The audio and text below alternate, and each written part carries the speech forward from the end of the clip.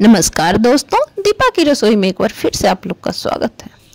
आज हम बनाने जा रहे हैं बिहार का प्रसिद्ध मिठाई अनरसा, जो कि बिहार के गया में सबसे ज़्यादा प्रसिद्ध है। और आज हम कुछ खास प्रो टिप्स के साथ हम आपको बताएंगे, जिससे आपका अनरसा कभी ख़राब नहीं होगा, बहुत अच्छा बनेगा, बहुत इजी तरीके से। इसमें कुछ हम एक्स्ट्रा सामान बताएंगे जो कि डालना है, जिससे कि ना ही कभी आपका अनरसा खुट कड़ा होगा और ना ही आपका अनरसा काफ़ी लूज होगा। बहुत अच्छा अनरसा बनेगा।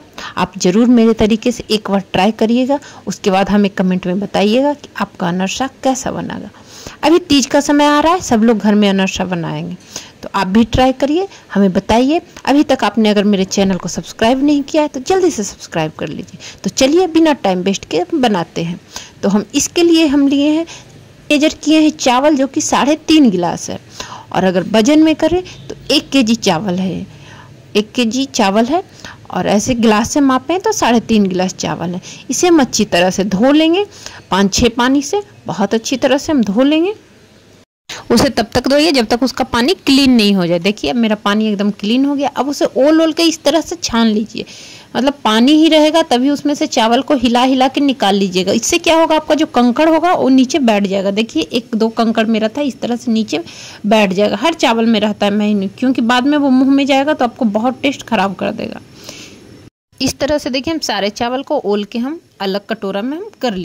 अब हम 1 बड़ा गिलास पानी लेंगे और उस कटोरा में हम पानी को डाल देंगे चावल को फूलने के लिए। देखिए उसको हम अच्छी तरह से उसको भर के हम इस तरह से छोड़ देंगे, उसे ढक करके तकरीबन 2 घंटे के लिए, 2 से 2.5 घंटे के लिए उसे हम फूलने के लिए छोड़ देंगे तरह से। और हमेशा ढक के उसको छोड़ दीजिए, ढक के फूलने के लिए उसे हम 2-2.5 घंटा के लिए छोड़ दें। 2-2.5 घंटा बाद देखिए, 2.5 घंटा बाद मेरा चावल देखिए इस तरह से बिल्कुल फूल गया। उसको छेद वाला एक कटोरा लेंगे इस तरह का, या फिर आप छन्नी भी, बड़ा वाला छन्नी है तो वो भी ले सकते हैं। अगर कुछ नहीं है आपके पास तो एक डलिया ले लीजिए, सूती कपड़ा उसमें पतला वाला दे दीजिए, जो पतला वाला धोती होता है उसको, उसके ऊपर इस तरह से आप डाल दीजिए।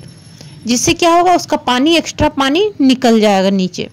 इस तरह से एक नीचे बड़ा भगोना रख के उसके ऊपर रख के उसको डाल दीजिए, तो उसका एक्स्ट्रा पानी आप इस तरह से थोड़ा सा हिला दीजिएगा तो उसका एक्स्ट्रा पानी सारा निकल जाएगा। उसके बाद इसी तरह से आप 10 मिनट के लिए छोड़ दीजिए, जिससे कि उसका सारा पानी निकल जाएगा। 10 मिनट बाद देखिए मेरा सारा पानी नीचे निकल गया है। अब इसे हम क्या करेंगे, देखिए इसको हाथ पे अगर ऐसे पीस चूर के देखिएगा तो लगेगा पूरा बहुत अच्छी तरह से वो फूल गया है। अब हम लेंगे एक मोटा वाला टॉवेल, जो सबसे मोटा आपके घर में टॉवेल होगा वो टॉवेल ले लीजिए और कहीं पे फैला दीजिए। टेबल के ऊपर फैला दीजिए, ज़मीन है तो ज़मीन के ऊपर ही फैला दीजिए। और उसके ऊपर उस चावल को आप उस पर पसार दीजिए, फैला दीजिए। मतलब उससे क्या होगा, उसमें जितना भी नमी होगा, पानी का जितना भी मात्रा होगा, वो मोटा टॉवेल जो है वो उसमें सोख लेगा। और उसे ऊपर से फैन ऑन कर दीजिए, पंखा के नीचे उसको इस तरह से फैला दीजिए। अगर पतला कपड़ा दीजिएगा तो वो जल्दी नहीं सोखेगा, नमी को, पानी को नहीं सोखेगा। और अगर मोटा टॉवेल दीजिएगा तो 5 से 7 मिनट में वो बहुत अच्छी तरह से वो, मतलब हम लोग बोलते हैं बिहार में उसको बोलते हैं बरक गया चावल। और ऐसे बोलिएगा तो उसका मॉइस्चर ख़त्म हो जाएगा और बहुत अच्छा से वो हल्का हो जाता है। तो देखिए हम फैन के नीचे इसको हम छोड़ दिए हैं 10 मिनट के लिए, 10 से 12 मिनट के लिए। उसके बाद हम देखेंगे, बीच बीच में इसे इस तरह से चलाते रहिएगा हर 2-2 मिनट पर, तो ये जल्दी से नीचे सोख लेगा इसका पानी। देखिए इस तरह से हम इसको 2-3 बार हम चला दिए थे। देखिए कितना अच्छा से बरक गया। बरक गया का मतलब होता है उसमें से सारा मॉइस्चर खत्म हो गया, मतलब पानी का जितना भी अंश था वो खत्म हो गया। इस तरह से देखिए चावल को ऊपर से नीचे गिराइएगा तो वो अलग हो जाएगा चावल। देखिए हाथ में पूरा अलग हो रहा है, मतलब जैसे सूखा चावल है ना उस तरह से लगभग लगेगा। तो मतलब आपका चावल पीसने के लिए रेडी है। अब इसे हम मोड़ लेते हैं और एक अलग बर्तन में निकाल लेते हैं। देखिए अच्छा से हो गया। अब इसे चलते हैं हम पीसने के लिए, मतलब इसका आटा बनाने के लिए। तो आटा बनाने के लिए हम चावल ले लिए हैं। अब हम इसको मिक्सी के जार में डाल देंगे और इसको महीन बारीक पीसना है। ऐसा नहीं कि दरदरा नहीं पीसना है, बारीक पीसना है एकदम, जितना बारीक हो सके। तो थोड़ा थोड़ा चावल करके पीसिएगा तो ज़्यादा अच्छा पिसाएगा। इस तरह से हम मिक्सी में इसको पीस लेंगे। देखिए पिसा गया इस तरह से। देखिए कितना अच्छा हम बारीक एकदम पीसे हैं। थोड़ा टाइम लगेगा, आप थोड़ा थोड़ा पीसिएगा। ज़्यादा पीसने से आपका मिक्सी हैंग हो जाएगा, मतलब रुक जाएगा। एक बार में ज़्यादा डाल दीजिएगा तो चावल होता है वो उसमें पानी का थोड़ा मात्रा रहता है ना, इसलिए वो मिक्सी ज़्यादा उस पर लोड पड़ता है, इसलिए थोड़ा थोड़ा चावल करके डालिएगा तो बहुत अच्छा पिसाएगा। इतना ही महीन पीसना है आपको। इस तरह से हम सारे चावल को देखिए हम पीस लेंगे, सारा चावल इस तरह से हम पीस लेंगे। देखिए हम सारा चावल मेरा पिसा गया है। इस तरह से मेरा 1 kg चावल था, मतलब गिलास से मेजर से 3.5 गिलास चावल था, उसका इतना हुआ है।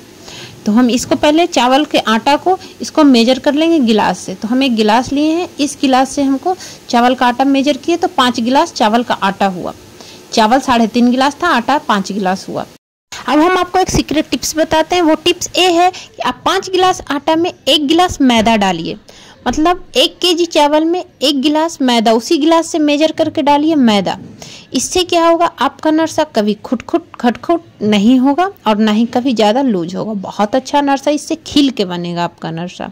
तो ये आपका इसमें टिप्स हुआ आपका मेरे तरफ से। आप एक बार ज़रूर ट्राई करिएगा कि अगर आटा आपके पास 5 गिलास है तो 1 गिलास उसमें हल्का 1 गिलास मैदा डालिए, भर के नहीं, हल्का, और इस तरह से उसको मिला लीजिए।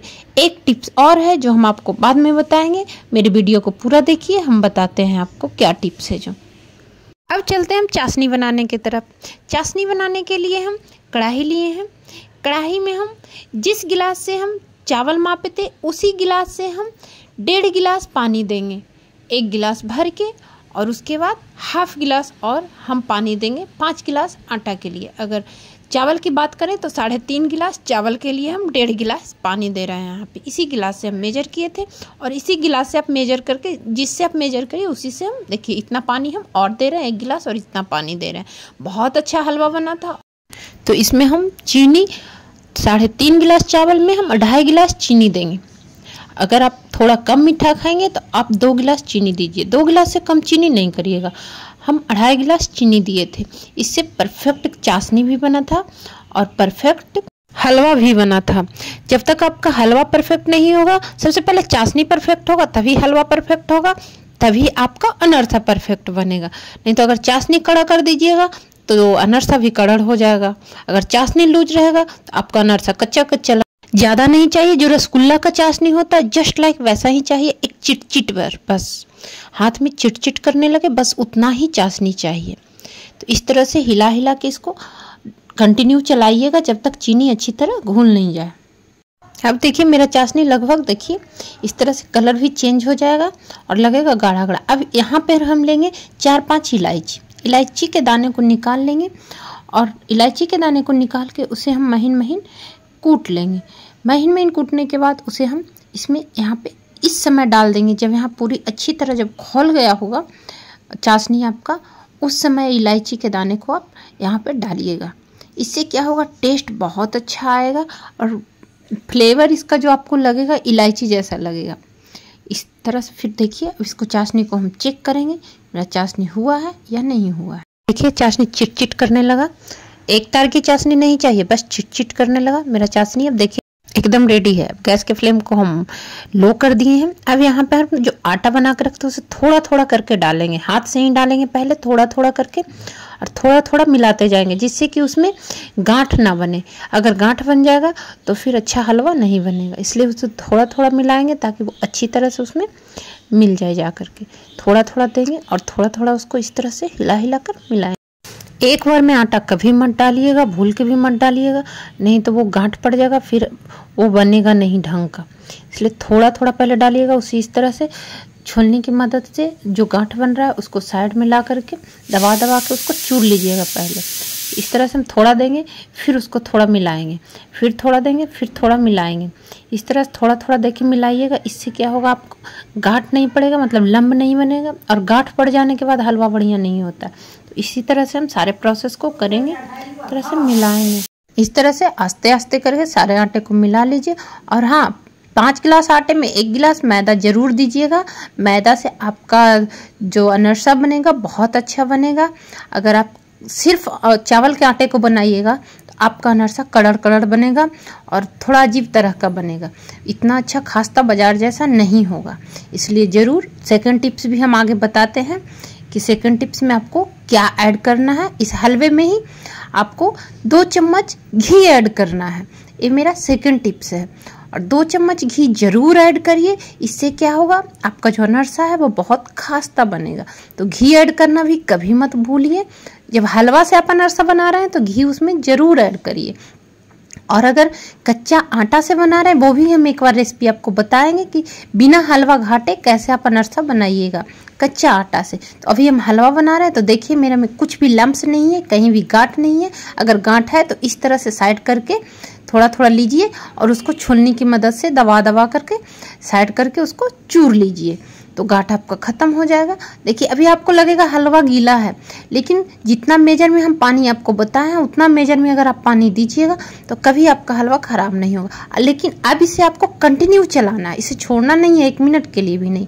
इससे क्या होगा, आपको नीचे हलवा नहीं तो बैठ जाए। आपको आज के फ्लेम को हाई रखना है, हाई करके उसे कंटिन्यू चलाना है जब तक कि वो हलवा गाढ़ा नहीं हो जाएगा। इस तरह से आप इसे कंटिन्यू हिलाते रहे। इसका लम्ब सब खत्म हो गया है तो उसे अभी भी कंटिन्यू चलाना है क्योंकि नीचे बैठ जाएगा। देखिए धीरे धीरे वो गाढ़ा हो रहा है। अब यहाँ पे जब थोड़ा सा और गाढ़ा हो जाए, देखिए अब इस तरह का जब हो जाए, देखिए गाढ़ा हो गया, तो इसमें हम डालेंगे 2 चम्मच घी। 2 बड़े चम्मच घी डालिए और जरूर डालिए। इससे क्या होगा, आपका अनरसा कभी कड़क नहीं होगा, जो खुटखुट होता है, बहुत ही खास्ता और बहुत ही मुलायम बनेगा। तो घी डालना कभी मत भूलिए, घी जरूर डालिए इसमें। घी और मैदा, ये 2 टिप्स मेरा सीक्रेट टिप्स है, इसे ज़रूर यूज करिए और यूज करके बना के देखिए, फिर मुझे ज़रूर बताइएगा कमेंट में। तो देखिए इस तरह का मेरा हलवा हो गया है। अब इसे हम चेक कर लेते हैं, थोड़ा सा हाथ में थोड़ा सा घी लगा के इस तरह से लोई करके देखिए हो रहा है तो आपका हलवा हो गया। देखिए मेरा लोई परफेक्ट बन रहा है। थोड़ा गीला है, वो थोड़ा सूखने के बाद टाइट हो जाएगा, थोड़ा देर ठंडा होने के बाद। तो परफेक्ट हो गया। अब हम गैस के फ्लेम को ऑफ कर देंगे। फिर एक अलग बर्तन लेंगे, उसमें हम थोड़ा सा घी या तेल को नीचे लगा लेंगे अच्छी तरह से, जिससे क्या होगा, आपका जो हलवा है वो उसमें चिपकेगा नहीं। इस तरह से फिर उसमें हम जो हलवा है उसे ट्रांसफ़र कर देंगे। इस तरह से उसमें हम निकाल देंगे उसी बर्तन में जिस बर्तन में आप घी या तेल लगाए थे। तो उसे निकालने के बाद देखिए अच्छी तरह से उसे हम उसमें निकाल लेंगे, फिर उसे ठंडा होने के लिए छोड़ देंगे। एक बात और, जब उसे ठंडा होने के लिए छोड़िए तो कभी उसे खुला मत छोड़िए, उसे एक कपड़े से ढक दीजिए। उससे क्या होगा, ऊपर से वो सूखेगा नहीं। हम स्टफिंग बनाते हैं, उसके लिए हम 1 कटोरी मावा लिए हैं। खोवा मेरा घर का खोवा है, फ्रिज में रखा हुआ था इसलिए इस तरह से जम गया।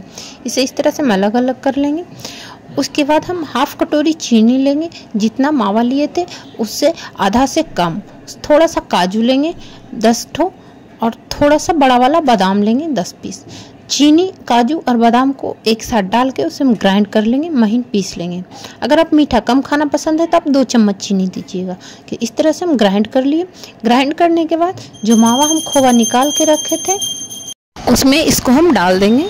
पीसी हुई शुगर, काजू और बादाम को डाल के उसको हम अच्छी तरह से उसको मैश कर लेंगे, मतलब मिला लेंगे। इस तरह से हम मिला लेंगे अच्छी तरह से। और इसमें भी हम डालेंगे थोड़ा सा इलायची पाउडर जो हम पीस के रखे थे, 3-4 इलायची दाना, इससे कि टेस्ट बहुत अच्छा आता है। अगर आपको इलायची का टेस्ट नहीं पसंद है तो आप स्किप कर सकते हैं। मुझे बहुत पसंद है इसलिए मैं इलायची इसमें भी दे रही हूँ और मावा में भी इलायची दी थी। और इस तरह से इसे हम मिला के अलग कटोरी में इसको रख लीजिए। 2.5 घंटे बाद देखते हैं हम आटा। देखिए मेरा जो हम हलवा बना के रखे थे चावल के आटा और मैदा का, वो देखिए हलवा कितना अच्छा से ठंडा हो चुका है। ज़्यादा ठंडा नहीं होना है, मतलब हाथ सहने भरे हो चुका है। अब इसे चलते हैं हम अनरसा बनाने की ओर। उसके लिए हम लिए सफ़ेद तिल और इसमें लिए हम थोड़ा सा मैदा या चावल का आटा ले सकते हैं। और तिल में हम थोड़ा सा मैदा या चावल के आटा को हम इस तरह से मिला करके इसको रख लेंगे। अब हम चलते हैं अनरसा बनाने के लिए। इसके लिए जो आटा मेरा ठंडा था वो, और हम लेंगे थोड़ा सा घी को दोनों हाथ में इस तरह से मल लेंगे जिससे कि आटा हाथ में चिपके नहीं, या जो लोई बनाएंगे वो चिपकेगा नहीं। और इस तरह से हम आटा लेंगे, एक रोटी से थोड़ा सा कम, पूड़ी से थोड़ा सा बड़ा लोइया लेंगे, उसको इस तरह से हम कटोरी बनाएंगे। क्योंकि ये खोवा का अनरसा हम बता रहे हैं तो इसके अंदर हम खोवा जो ड्राई फ्रूट मिला के रखे थे उसको इस तरह से हम भरेंगे, जिस तरह से हम पिट्ठा लिट्टी भरते हैं इस तरह से इसको आराम से इसको इस तरह से भरेंगे। भर के हल्के हाथों से इसको गोल करेंगे। और जो तिल हम मिला के रखे थे जिसमें मैदा, उस तिल के अंदर इसको इस तरह से कोटिंग करेंगे। इसका जो मैदा थोड़ा सा मिला, इस तरह से बहुत अच्छे से आप कोटिंग कर लीजिए, जितना अच्छे से कर सकते हैं। इस तरह से इसको कोटिंग कर लेंगे। कोटिंग करके इसे हम साइड अलग प्लेट में हम रख देंगे। देखिए कितना सुंदर लग रहा है, कोटिंग करते हैं उसे अलग प्लेट में हम इस तरह से रखते हैं। लेकिन हाँ, मावा का अनारसा आप जब भी बनाएं तो एक बात का ख्याल रखें कि इसे बनाते जाएं, मतलब 2-3 बनाएं और छानते जाएं, नहीं तो ये पसर जाएगा, फिर आपका पूरा मावा बाहर आ जाएगा, वो बनेगा नहीं। इसलिए इसको बनाते जाएं और छानते जाएं, 2-3 बनाएं और छानते जाएं। इस तरह से हम बना लिए हैं 3-4, और उसको जब मेरा तेल गर्म हो चुका है तो हम आँच की फ्लेम को मीडियम कर देंगे और धीरे से अनारसा को इस तरह से उसके अंदर हम डाल देंगे। अनारसा पकाने का 2 तरीका होता है। एक, कुछ लोग पलट के भी बनाते हैं, जैसे एक तरफ से सिक जाए तो दूसरे तरफ से भी सेकते हैं, और कुछ लोग अनारसा को बनाते हैं कि सिर्फ एक तरफ से ही उसको सेकते हैं, मतलब एक तरफ सिक गया तो दूसरे तरफ से नहीं सीखते, क्योंकि मावा बाहर फेंक देता है। हम आपको दोनों प्रोसेस बताते हैं और क्या उससे प्रॉब्लम होता है वो भी बताते हैं। देखिए सबसे पहले हम आपको पलटी मार के बताएंगे कि पलटी मारने से क्या प्रॉब्लम होता है। सारा खोवा आपका बाहर आ जाएगा, बनेगा अच्छा ही, लेकिन सारा खोवा कुछ बाहर आ जाएगा। देखिए इस तरह से मेरा लाल हो गया। अब हम इस तरह से इसको हम पलटी मार देते हैं। देखिए इस तरह से हम पलटी मारेंगे तो क्या होगा, फट जाएगा। अब अगर आप तुरंत डालिए और तुरंत उसको पलटी मार के, मतलब तकरीबन 1 मिनट के अंदर ही पलटी मार के उसको सेक लीजिए तो वो फटेगा नहीं। बिना खोवा वाला अनारसा को आप दोनों तरफ से सेकिए तो कोई प्रॉब्लम नहीं, खोवा वाला में खोवा फेंक देता है। अब देखिए हम पलटी मारे, जैसे ही पलटी मारे देखिए अनारसा ऊपर से फटने लगा धीरे धीरे। इस तरह से देखिए अनारसा सिक रहा है। अब आपको हम दिखाते हैं, देखिए इस तरह से अनारसा फटने लगा। अब आप इसे अगर हम पलटेंगे, देखिए ऊपर उजला उजला दिख रहा है, लेकिन वो सीज जाता है क्योंकि आपका जो हलवा रहता है वही सीजा हुआ। देखिए फट गया है। तो इस तरह से हम इसको हम पलट देते हैं। आपको हम पलटी मार के दिखा रहे हैं तो ये क्या होगा देखिएगा, और फट जाएगा और खोवा बाहर आ जाएगा। देखिए इस तरह से हम इसको पलट दिए फटने के बाद, तो फिर देखिएगा क्या होता है। और आपको हम एक तरफ से भी सीखने के बाद भी बताते हैं। देखिए पलटी मारने के बाद देखिए हम दिखा रहे हैं आपको, इस तरह से इसका खोवा जो है देखिए फट के कैसे बाहर आ गया। देखिए हम दिखा रहे हैं आपको जूम करके, देखिए इस तरह से खोवा फट गया। अगर आप इसे फिर से पलटी मार दीजिएगा तो तेल में खोवा सारा घुलने लगेगा। इसलिए जब देखिए फटने लगा मेरा अनारसा तो उसे पलटी मत मारिए, वो कच्चा नहीं रहेगा क्योंकि उसका जो हलवा रहता है वही पका हुआ रहता है। तो थोड़ा ऊपर से वाइट लगेगा आपको देखने में, और अगर तेल आप ज़्यादा देते हैं, अगर आपका अनारसा डूबा हुआ है तो वो वाइट भी नहीं रहेगा। तेल हम थोड़ा कम दिए हैं इसीलिए मेरा ऊपर का जो पोर्शन है वो थोड़ा सा वाइट कोई में रह गया है। तो आप तेल भर कर दीजिए कढ़ाई में तो वो नहीं रहेगा, वाइट भी नहीं रहेगा, लेकिन वो बहुत टेस्टी, बहुत क्रंची हो जाता है बाद में ठंडा होने के बाद। कि इस तरह से मेरा अनारसा बन गया। तो आपका जो तिल कढ़ाई में रह जाता है उसको छलनी की मदद से इस तरह से निकाल लीजिए और उसे आटे में मिलाते हुए बनाते जाइए। इससे क्या होगा, भुना हुआ तिल की तरह इसमें स्वाद आ जाएगा, आपको बहुत अच्छा टेस्टी लगेगा। तो साइड में रख लीजिए, थोड़ा ठंडा होगा तो आटा में सान के जिस लोई बनाइएगा थोड़ा थोड़ा दे के सान के उसको बनाते जाइएगा। अब देखिए बिना पलटी मारे हुए अनारसा क्या करिएगा, आज के फ्लेम को मीडियम रखिएगा और अनारसा को डाल दीजिएगा। फिर आज के फ्लेम को एकदम लो कर दीजिएगा, लो करके उसको छोड़ दीजिएगा। वो धीरे धीरे सीखेगा। वो तेल को छोलनी की मदद से उसके ऊपर धीरे धीरे दीजिएगा इस तरह से। उसको पलटना नहीं है, इस तरह से आप दीजिएगा थोड़ा थोड़ा, तो ऊपर भी वो हल्का हल्का पक जाएगा। लेकिन वो थोड़ा ऊपर में वाइट रहेगा लेकिन पका हुआ रहेगा। देखने में हमको तो एक बहुत अच्छा लगता है, आपको कैसा लगता है हमें ज़रूर बताइएगा। वो इस तरह से देखिए ये भी फट गया, देखिए ऊपर से मावा निकलने लगा इसका भी। इसे हम पलटी नहीं मारे हैं, बस अनारसा को डाल दिए हैं और लो फ्लेम पे इस तरह से हम छोड़ दिए हैं उसको। अब देखिए इसका कलर उस तरह से गोल्डन हो गया, ये हो गया गोल्डन। इसे हम आस्ते हाथों से हम सारे को निकाल लेंगे। इस तरह देखिए, इस तरह से आस्ते आस्ते हाथों से हम सारे अनारसा को इस तरह से हम सारे अनारसा को पका लेंगे। हम सारा पकाने के बाद दिखाएंगे। अब हम आपको बता रहे हैं थोड़ा सा प्लेन अनारसा कैसे बनाते हैं। तो जो हम तिल भुना हुआ जो निकाले थे उसको हम इस तरह से आटा में हम मिक्स कर लेंगे। जो मेरा आटा इतना बचा हुआ इतना को हम प्लेन अनारसा बता रहे हैं, मतलब बिना खोवा का अनारसा। तो इस तरह से हम जो तिल मेरा छन के निकला था इससे बहुत अच्छा टेस्ट आएगा आपका प्लेन अनारसा में। इस तरह से आप भुने हुए तिल को इसमें मिला लीजिएगा। थोड़ा सा हाथ में घी ले लेके, अगर हाथ में चिपक रहा है तो देखिए इस तरह से मिल गया। उसके बाद उसे छोटा छोटा लोई लीजिएगा।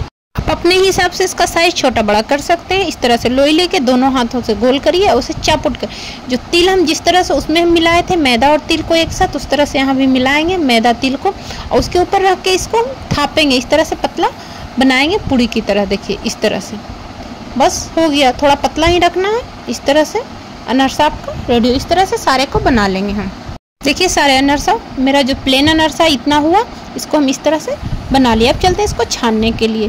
छानने के लिए कढ़ाई में देखिए हम तेल गरम करके रखे हैं, उसमें हम एक एक उठाएंगे और इस तरह से इसको हम डाल देंगे। इसमें भी आज के फ्लेम को आपको मीडियम कर देना है।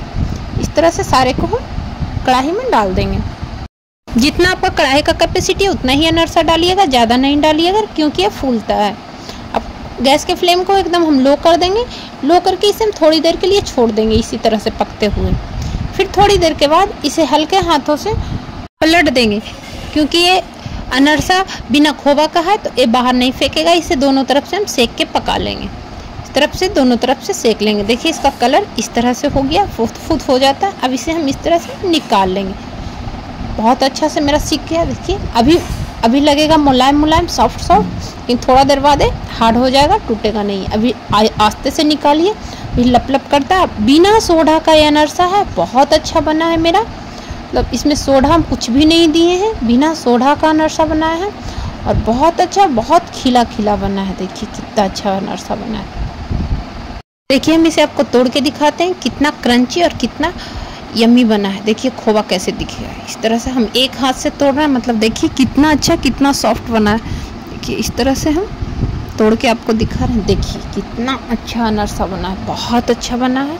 बिल्कुल बाजार के जैसा बना है, हलवाई के जैसा अनरसा। आप भी टिप्स फॉलो करिए और ज़रूर एक बार बना के ट्राई करिए और हमें बताइए आपका अनरसा कैसा बना।